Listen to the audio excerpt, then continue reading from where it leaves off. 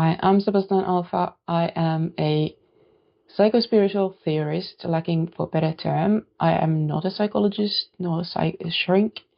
I am a life coach with a focus on the psychology of the immortal soul, as in my scope of trying to understand people spans from lifetime to lifetime instead of just one lifetime at a time.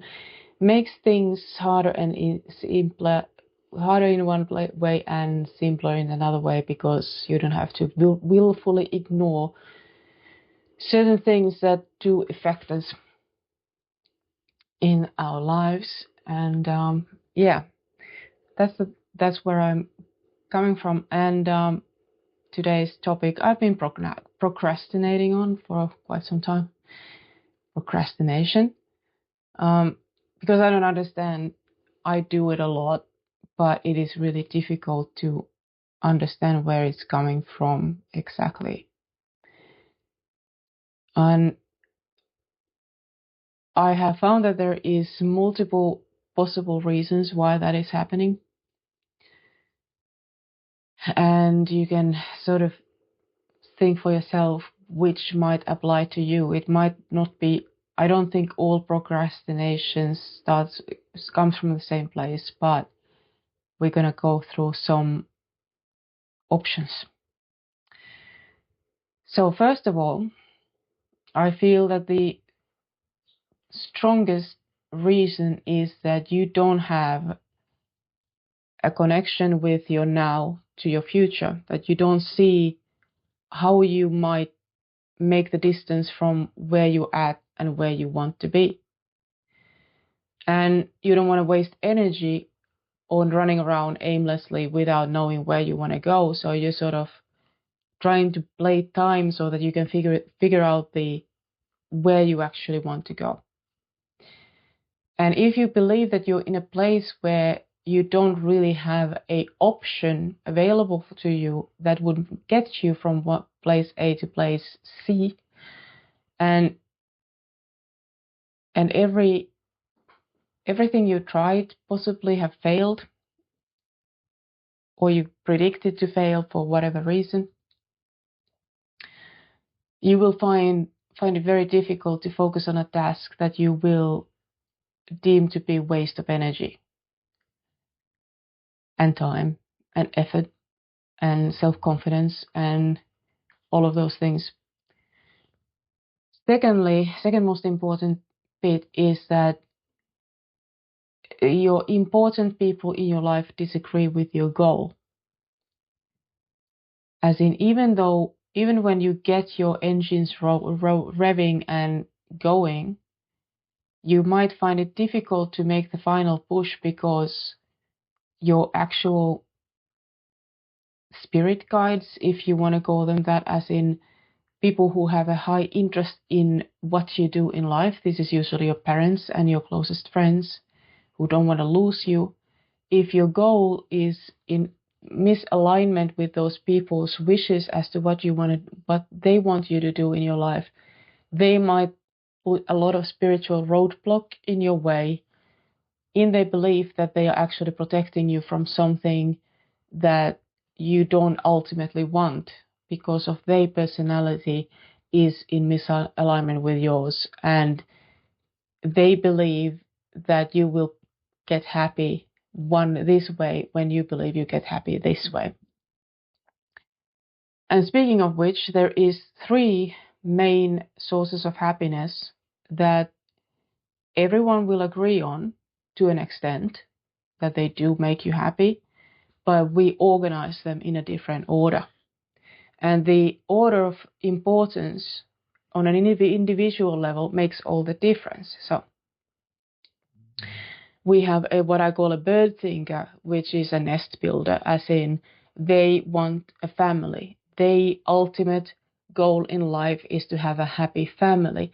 They don't necessarily care with whom, as long as that person is agreeable enough. Like, they just want them to be nice enough of a person that they can trust their offspring with them, and that they can build a happy, stable life with that person. And they will obviously feel love and affection for that person, but they are not very picky about the philosophical interest or the intellectual abilities or how they look exactly or that kind of thing necessarily, but they just want someone all around nice individual that they can trust. The second group is what I call a dog thinker, highly hierarchical, highly compatible. They believe that their happiness comes from status, power, and a lot of friends, mostly a lot of friends. And what friends are for them is to hide their flaws and flaunt all their positives and they amazing traits and so forth. And they believe that what are friends for is to help each other climb the ladder higher. And then there is the final, which one of us is the boss of the other, as in which one of us is more useful to the other. So they are very helpful. They are very pushy even about their help, and they assets, like what they can bring into the table, and they expect you to do the same thing. And if you don't, they consider you a demanding leader, which then where we bring out the cat thinker, which is a person who prioritizes their romantic relationships and their sexual relationships, which should be the same one and the same thing. So what they want is a relationship with the one, as in they are very particular about who is going to be that person who they will spend the rest of their lives with. And even if they're polygamous, they will still be very pedantic about who they want to be. Less so, but still very much so. And to them, everything that goes in front of or get in the way of their romantic life is somewhat of a big no-no. And the only thing that they will ever allow to go in front is their family, their own children. But they will avoid to the last possible minute to put that roadblock in their way. And they can be very miserable parents if they don't have the one with them in that equation. They make absolutely miserable parents. And they often wind up alone too, because they get pressured into romantic relationships with the premise of creating a family or creating status, and this doesn't work for them. So they are very easy to leave the relationship like that, because they prioritize that romantic relationship. So I am of the latter type, and most of my stuff is very much suitable for the romance sexuality crowd, who are often also single at the very late age, and because of this distortion of who they are and who they are friends with. And so if you are of the other type, be very careful with my material, because I may be talking to a very different crowd. So if you're not sure whether you should take advice or not, probably not. Like if the end goal seems counterproductive for you and for your happiness, then it is not for you.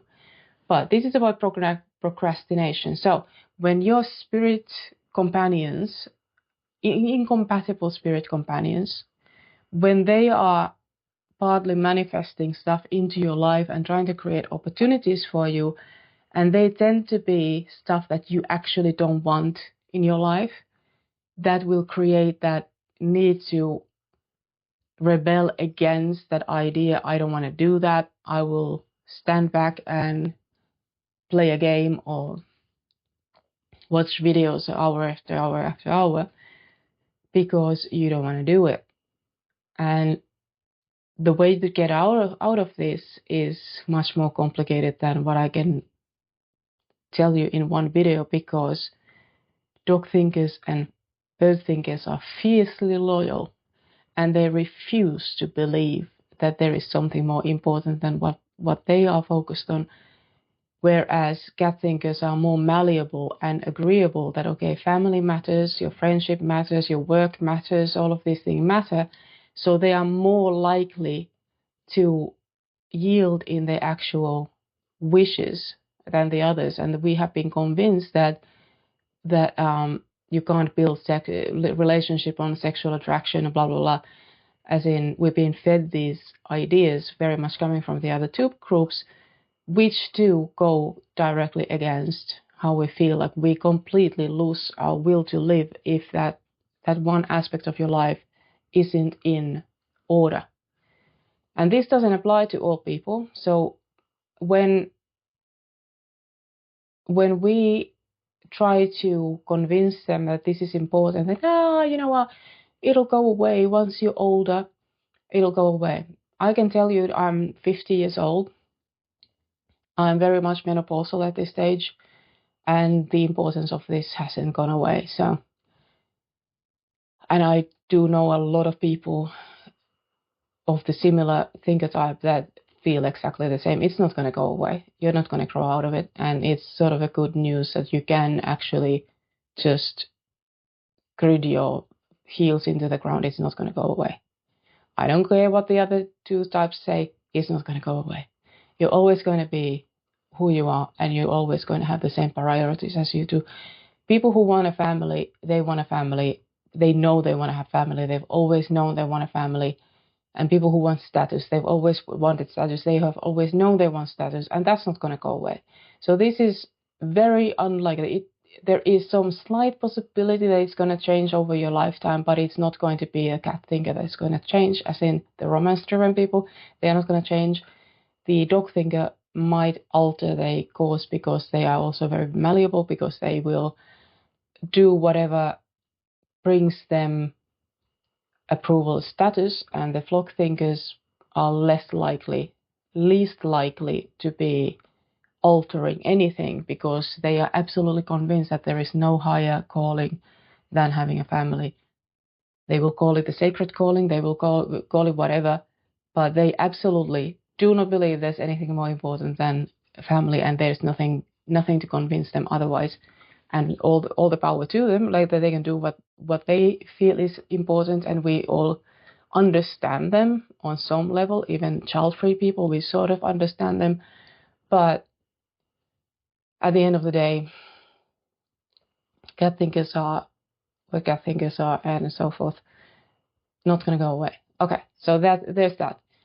We have a misalignment of goals and misalignment of soulmates who are trying to push us into a direction where we don't want to go.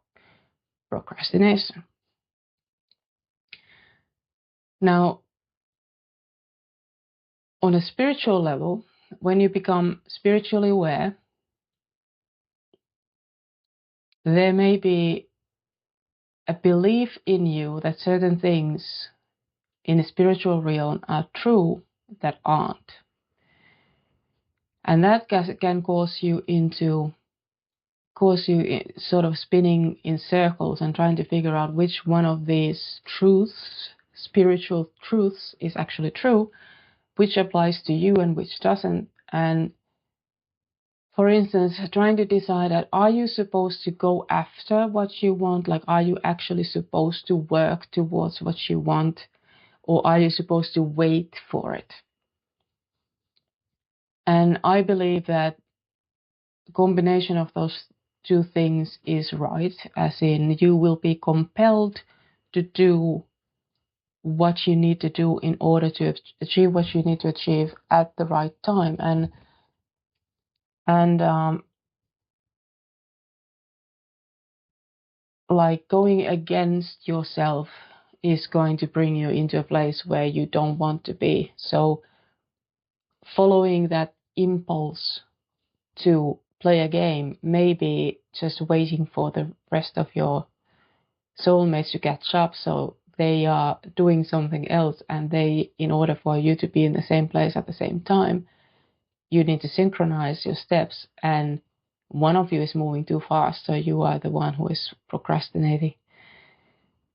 And then you got, okay, is that a promise, or is that an assumption, or an excuse to keep procrastinating? And I don't frankly know, because I am a procrastinator for sure.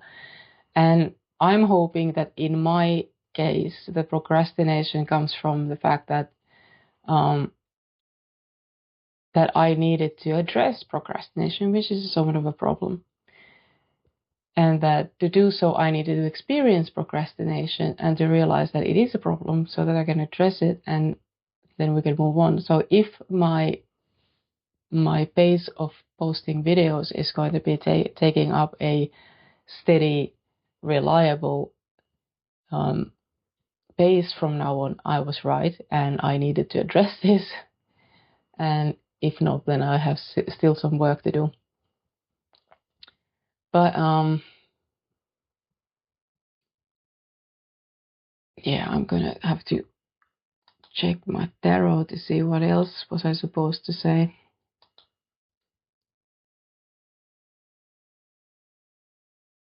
I should show this to you too, shouldn't I? Oh, there. If you're trying to decide between love and sex, you'll never figure it out. You can't be a sexual person, have a non-sexual true love. You have to have both in the one package. Sorry, not sorry. Yeah, so, and spirituality. So I'm not sure I'm done with procrastination topic yet, but let's just address that as it came up. So cat thinkers won't have an issue with combining spirituality, sexuality, and romance into the same relationship. We are more than capable of reconciling those three things, and let's add perversions like fetishes and very dark sexuality into that same thing, and we can still consider ourselves spiritual and romantic people at the same time. And usually the dog thinkers want to separate these things from each other, and even if they practice all of those things, they tend to keep them separate. And also the thinkers, I'm going to dob you into it as well. There are a lot of people who focus on their families or they front, and they will have a side piece on the side, and it is more of a done thing than not these days, I feel. And for a cat thinker, that just won't do. Like, they will not tolerate a side piece or any separation of these things. So this makes their life even harder, male and female both. They are naively loyal to, like, faithful to their partner, even if they are swingers or polyamorists or polygamists. They will keep their partner in the loop. And if they ever are cheating on their partner, they do intend to end the relationship. Like, this is something that they just haven't gotten around to do yet. They consider the relationship over if they need to cheat on their partner for whatever reason. And what was I talking about? Yeah, so cat thinkers need to reconcile the difference of all these aspects, like, as in, or rather, let's put it that way, they cannot allow anyone to tell them that they can't have it all in one person. And they will hear that over and over and over again from people. You can't have it all in one place.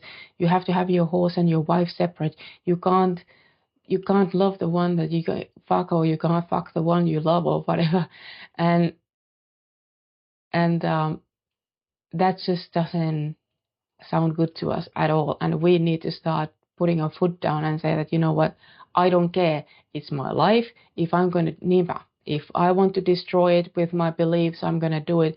If I'm going to wind up old and alone, I'm going to risk that, rather than create an unhappy family and create an unhappy life where I'm unhappy and miserable because I'm locked into something that I ultimately don't want. So we need to be much more unsympathetic towards the other two ways of living, and we need to start collecting our back together so that we can support each other in this faith and belief that there is such a thing as the one. You can have everything in one place, and so forth. So if you are this manner of thinker, I am starting a social club for us, and I'm going to be very much linking it from one place and the other place and everywhere. But just so you know, follow this channel and you will find out, and my socials will probably going to be announcing it as well. And yeah, I created a start of a club website yesterday, and then I deleted it because I ran into one little thing where I tried to make everyone feel welcome, as in dog thinkers, bird thinkers, and cat thinkers. Then I started to create some universal rules for it, and I realized that we will never reconcile these differences between the bird thinker and the dog thinker. And even though I'm not, I also have this elite club that I have been working on. But it's so difficult because it's very difficult to define a cat thinking elite member of elite, and they are very cautious of calling themselves elite. So it's going to turn into a narcissistic club for narcissists without delay. So I'm not entirely sure that's the right approach, but I'm now leaning towards organizing a bit more open forum, so to speak, and just realize that we all have to figure this out in order to get what we want out of life, as in all of us cat thinkers.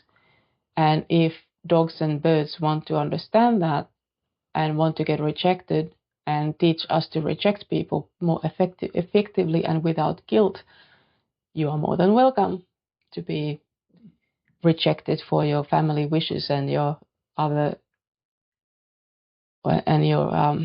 status chasing, and we'll do away with you, in a manner of speaking. So cat thinkers, please welcome yourself to my club, which I will announce open hopefully, because when I get started, my procrastination is not an issue. Like once I get going, I get going really fast and I can get a lot of things done. But then I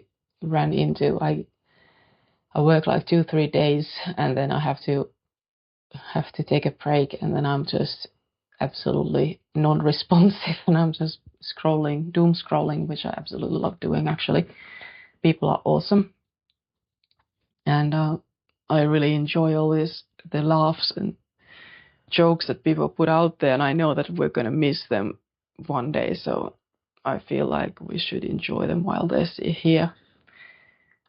10 years from now, it's gonna be so nostalgic and lovely to look back at the times when people were sharing these man-made reels, and it was such a community and all that, but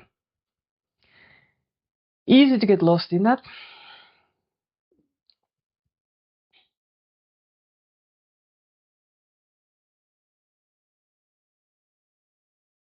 Yeah, so one thing about, okay, I'm being prompted to talk about this particular club. They were very disappointed, apparently, by True Emotion Mirrors when I scanned the project, like after just getting stuck with one word, or basically what it seemed like, getting stuck with one word. I'm gonna stop myself and go back to procrastination, because you get going once your soulmates are in alignment and they are pulling you, like, we need this from you. So one of the things that you might want to do if you're procrastinating is to find a connection to your true emotion mirrors and present soulmates by spiritual means. And I did it with a pendulum, as in this sort of pointy rock on a string. I will show one.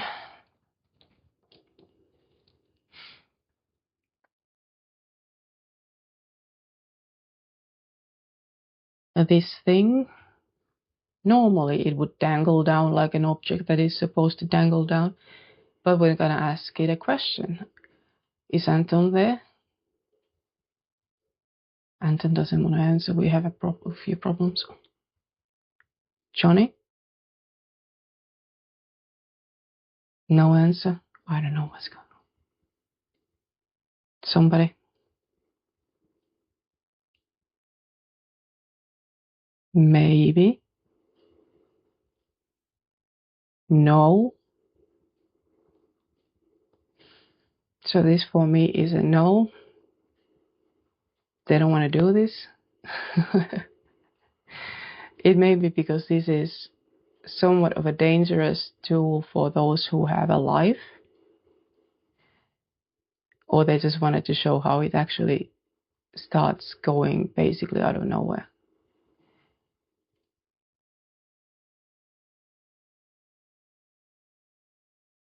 And you can see my hand moving, but I'm not moving this consciously. I don't know where that energy comes from, but it does do that on its own.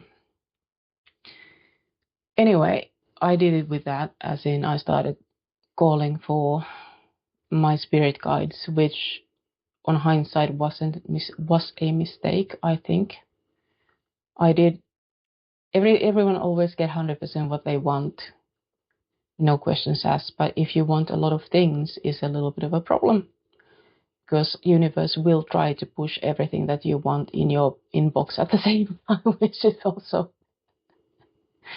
probably part of where the procrastination comes from, because you can't actually handle everything that you want all at once.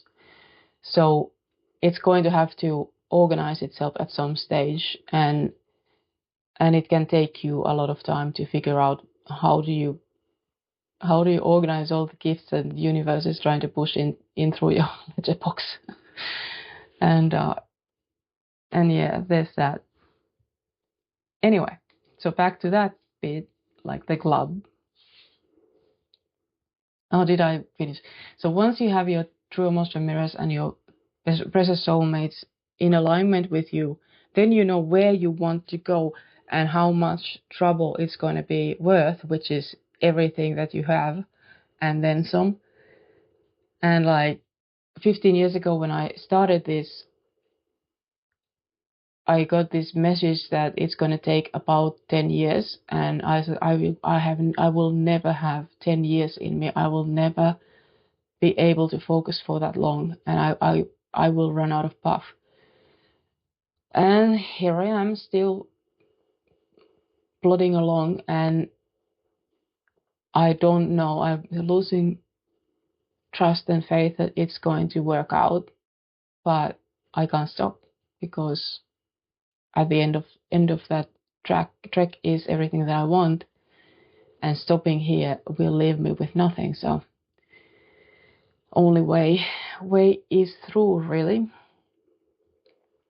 But the club, I believe that if you join, just being around other cat thinkers will help you a lot in finding the one, because they are not going to hold on to you the way that other people will.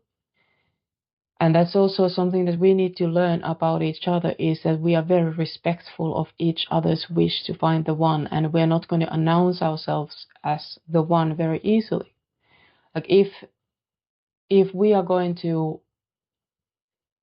pronounce ourselves good enough for someone, it's going to be a duty to be that, and we need your reassurance that you actually want what we are. So getting to know each other on a friend basis is quite important, much more important than it is for the dog thinker and the bird thinker, because they just need certain traits that they will check that they've got. We are much, much pickier. And we can dismiss someone on a nuance.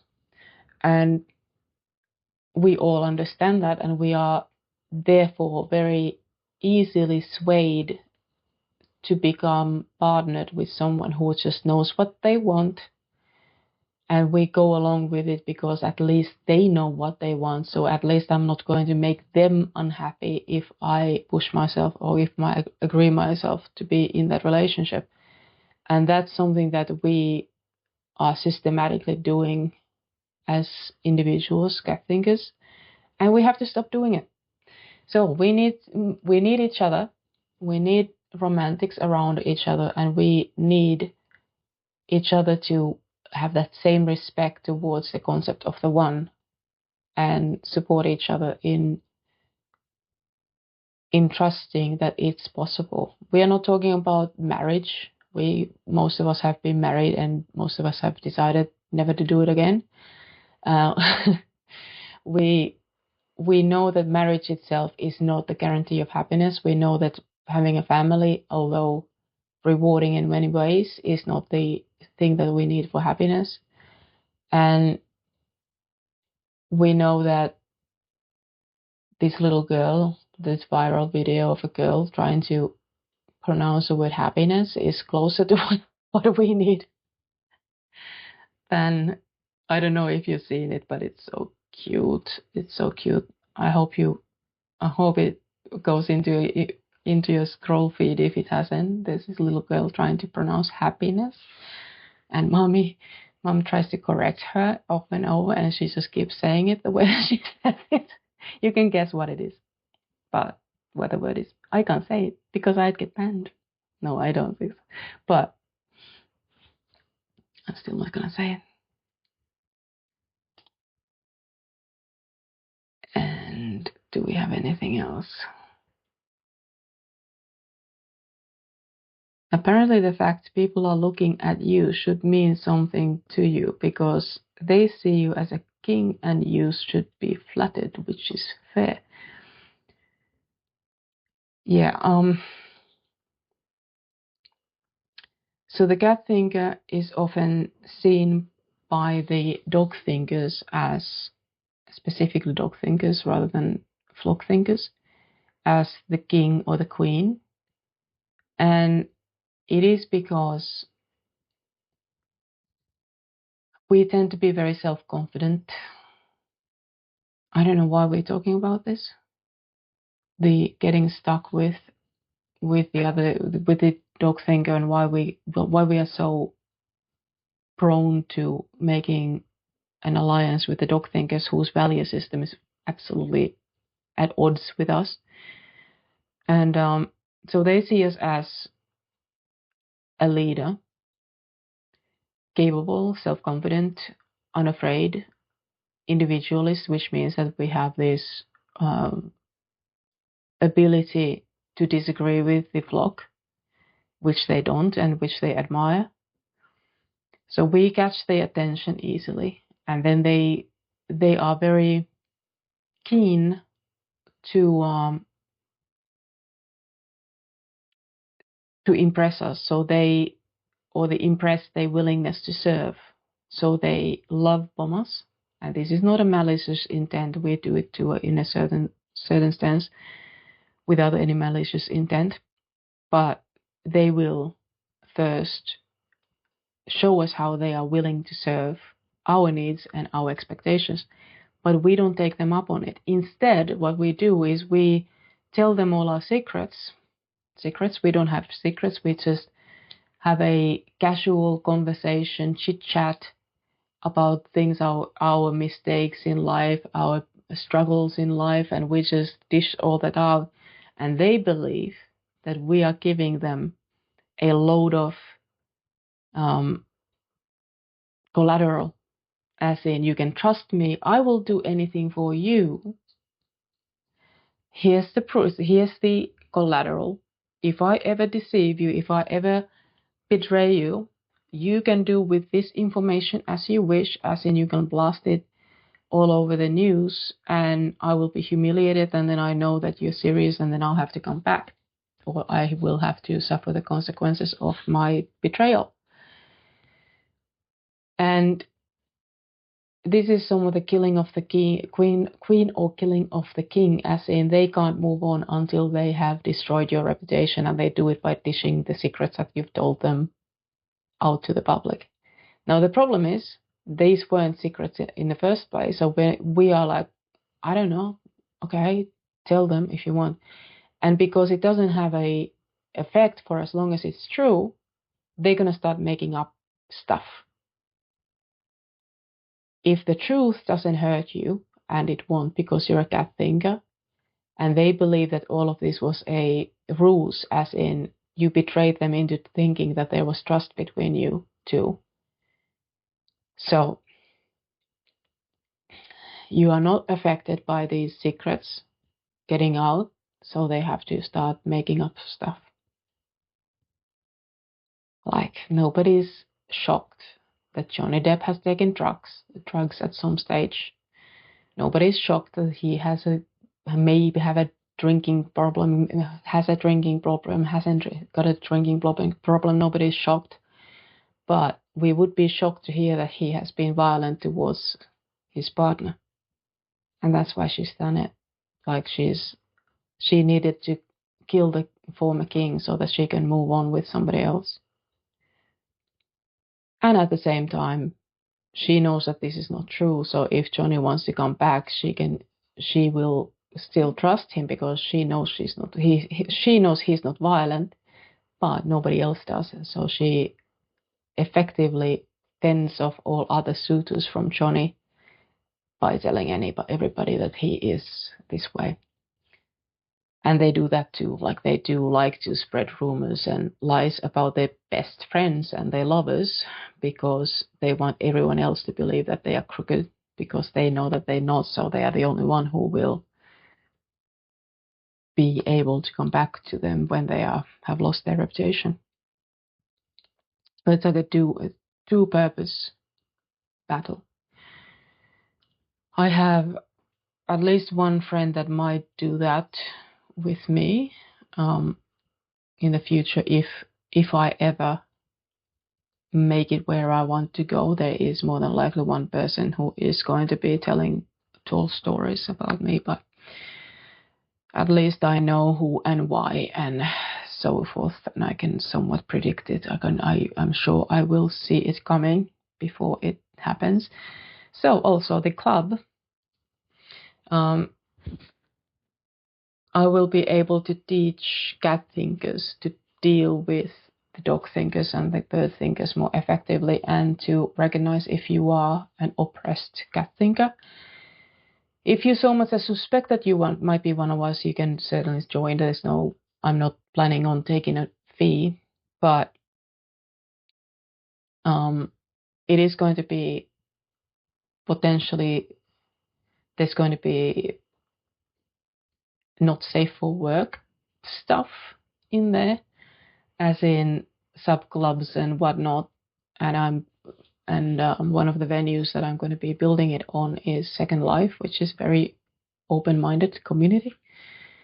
So there's not going to be any red tape in there as to what everybody wants to do. So, and cat thinkers are the kind that are more than capable of holding relationships for now without having to tangle themselves with those. So, so what we all agree on as cat thinkers is that if you're not right for me, you have the right to leave me, and they will never hang on to someone who doesn't want to be there. So this is, in that sense, to a cat thinker, this is a very safe community or club to be a part of, even though it is very dangerous and very harmful for the bird and the dog, who I do suggest do not join because you don't understand what we are on about.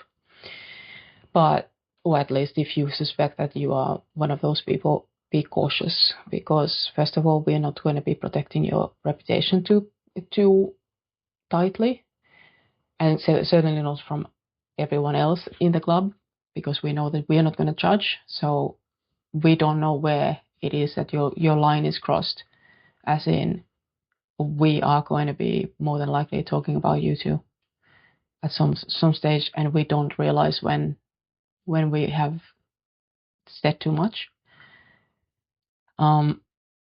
Mostly we talk about ourselves because we know that people will judge others for whatever reason. But if you are known to be associating with us, then you know that we are not going to protect our own reputation at all. So you're going to be caught up in that.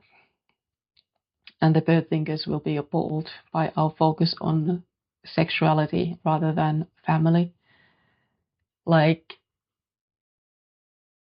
if you talk with a cat thinker, you barely hear them mention their family ever.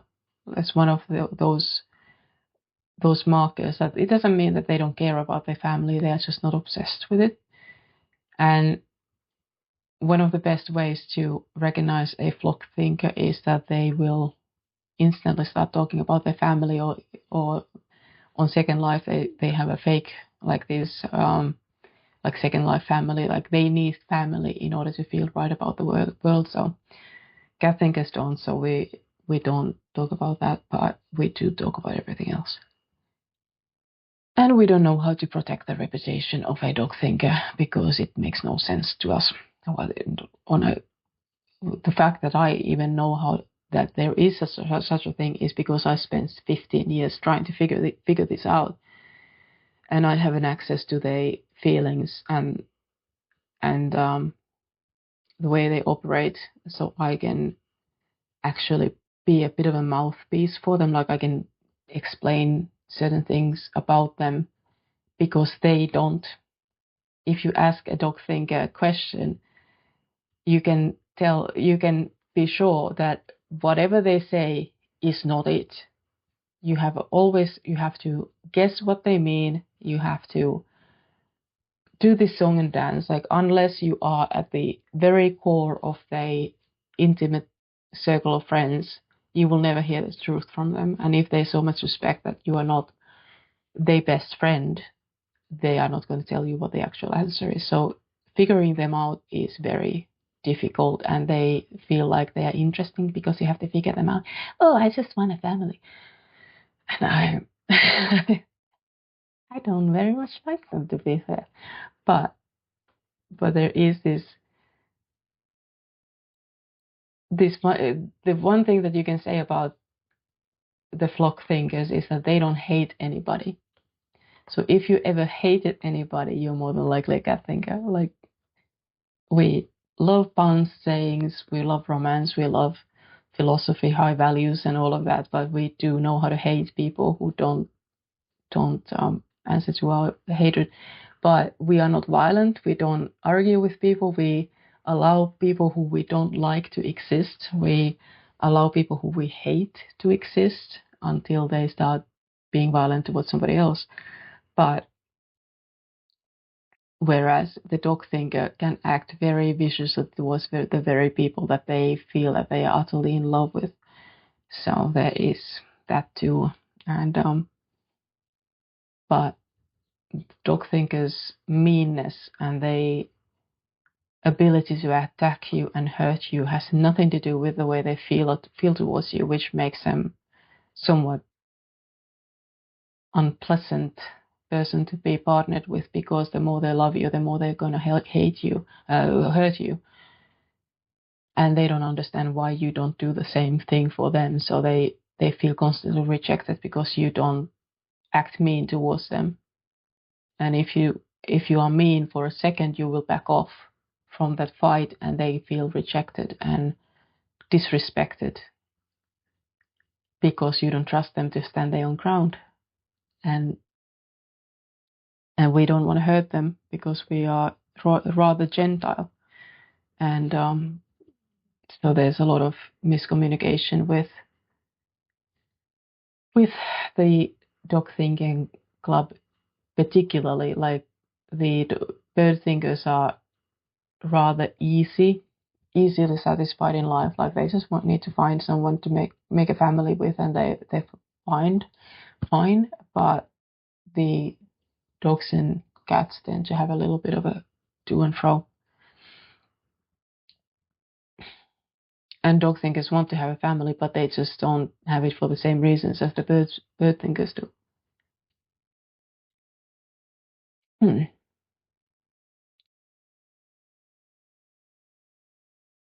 Yeah, so I'm not going to go into Second Life. I'm going to end this video, but there is a prompt to get familiar with Second Life now, because if you're interested in joining this club of mine, and if you're a cat thinker, and this is I'm going to tell you, this is the only place in the world where you can actually get this information from, because it is completely new. It's my own, from my own theory set. There's nothing like it.